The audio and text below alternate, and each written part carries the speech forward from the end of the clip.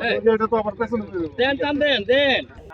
তোর ভাই দুজনকে ওনার কথাই শুনুন। মানিক ভাই আছে একটা নির্বাচনে ইনশাল্লাহ বিএনপি জয়যুক্ত হইলে আমাদের নেতা, আমাদের বিএনপি ভারপ্রাপ্ত চেয়ারম্যান এই মাদের জন্য ফ্যামিলি কার্ড দিছে, আমার কৃষক ভাইদের জন্য কৃষক কার্ড দিছে, যেন কৃষকদের কোনো সমস্যা না হয়, তাদের যেন চিন্তা না থাকে।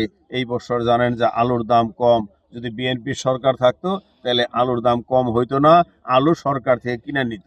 আর আমাদের আরেকটা আছে, বিশেষ করে আমি মুন্সিগঞ্জ এক থেকে বলবো, আমাদের এই বড় বড় ডাক্তাররা যদি বুঝায়, বিদেশে কিন্তু ভাতের পরিবর্তে আলু খায়, আর বাংলাদেশের লোক যদি ভাতের সাথে সাথে আলু বেশি করে খাইতো তাহলে কিন্তু শরীরের পুষ্টিও হইতো এবং আলুর দাম পড়তো, তাহলে বিদেশ থেকে আমাদের চাউল আমদানি করতে হয় না। এই জিনিসগুলো আমি অনুরোধ করব সরকার থেকে, এবং বড় বড় ডাক্তাররা জিনিসগুলো ভালো করে বোঝানোর জন্য জনগণকে, যে আলু খাইলে কি হয়।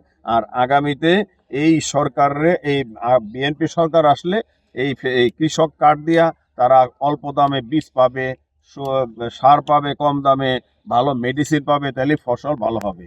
আর আপনি যেটা বলছেন আগামী নির্বাচনে ইনশাল্লাহ আমি যেখানেই ভোটের জন্য যাচ্ছি, সবাই 17 বছর ভোট দিতে পারে নাই, এই ভোটের জন্য সবাই অধিক আগ্রহে আছে যে কখন ভোট দিতে যাবে।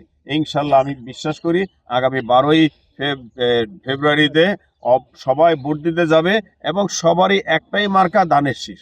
ধানের শীষ ছাড়া কেউই কিছু বুঝেই না, যে না ধানের শীষ আমাদের, ধান আমরা খাইয়া বাঁচি, ধান ছাড়া কোনো উপায় নাই। এবং ধানের বিএনপি আসলেই এই কৃষকদের উন্নতি হয়, জনগণের উন্নতি হয়, এখানে কোনো লুটপাট হয় না।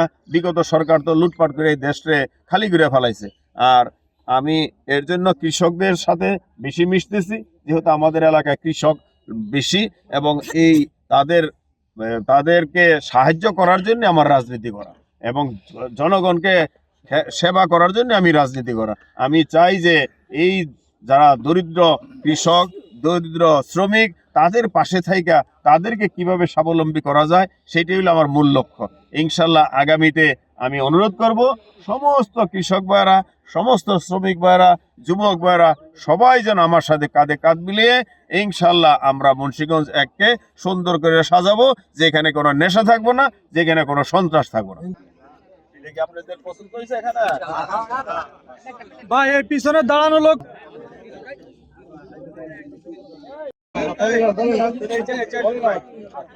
চলো